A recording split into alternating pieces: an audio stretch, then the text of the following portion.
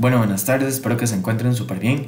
En este video vamos a hacer un poquito o vamos a enfocarnos a hablar principalmente sobre lo que vienen a ser los suelos expansivos. Es muy importante tener en cuenta como de qué van estos suelos expansivos. Los suelos expansivos normalmente son los que tienen esa característica de expandirse o bien contraerse.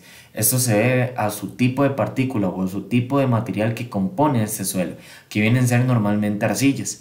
Las arcillas en los suelos o un suelo arcilloso siempre viene a ser un problema para todo lo que es la ingeniería, principalmente en nuestro caso que es la ingeniería civil.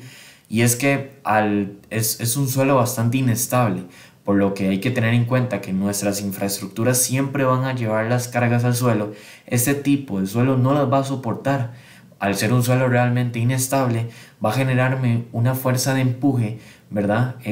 O un empuje hacia arriba, provocándome que las diferentes estructuras o los elementos de la infraestructura que contenga la obra realizada sobre dicho suelo van a proceder a agrietarse, ¿verdad? Y es que, ¿por qué mencionamos un cambio, ¿verdad?, constante en el suelo? Principalmente por la arcilla.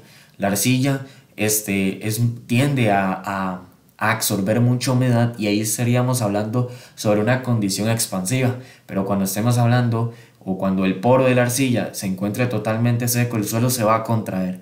Estamos hablando sobre situaciones en las que el suelo se ve afectado por condiciones de lluvia, ¿verdad? O una situación principalmente de invierno, cuando lo hablamos principalmente en nuestro país Costa Rica, que llueve demasiado, ¿verdad? O situaciones de sequía, ¿verdad? En verano, ¿verdad? Donde el clima es realmente seco y no llueve tanto, ¿verdad? Se da estas dos, ¿verdad? Por lo que el suelo tiende a contraerse y a expandirse constantemente, lo cual es lo que me genera el daño en la infraestructura. Prácticamente para lograr solucionar esto es tener muy en cuenta el tipo de diseño que yo voy a generar, el tipo de diseño estructural que le vamos a dar a la vivienda o al edificio o bien a la carretera, ¿verdad? Es muy importante por el hecho de que necesito que el efecto de contracción y expansión no se me vea afectado, ¿verdad? Al menos en un límite en el que ronda tal vez una vivienda, ¿verdad? Para ello es muy importante también tener cuidado con todo lo que son las fugas de los tanques sépticos o líneas de agua, ¿verdad? Que tal vez se encuentren en el perímetro de nuestra vivienda, tirándole en ese ejemplo, ¿verdad? Porque en un mínimo de humedad, ¿verdad? O en un mínimo porcentaje de humedad que le llegue a afectar este tipo de suelo va a generarme efectos negativos en la infraestructura.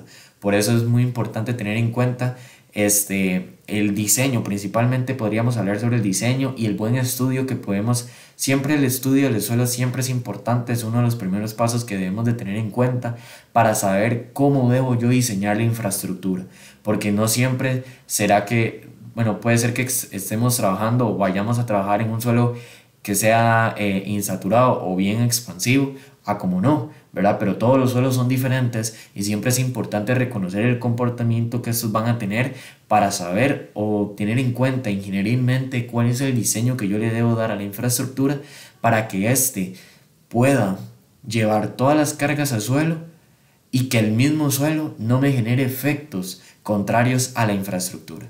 Eso es un poquito, ¿verdad?, de forma general de lo que podemos hablar sobre los suelos expansivos, ¿verdad? Los cuales pues son realmente problemáticos en todo lo que es la ingeniería civil. Y de aquí pues damos por finalizado, un poquito pasados con el tiempo, ¿verdad? Y espero que puedan aprender un poco sobre este tipo de suelos.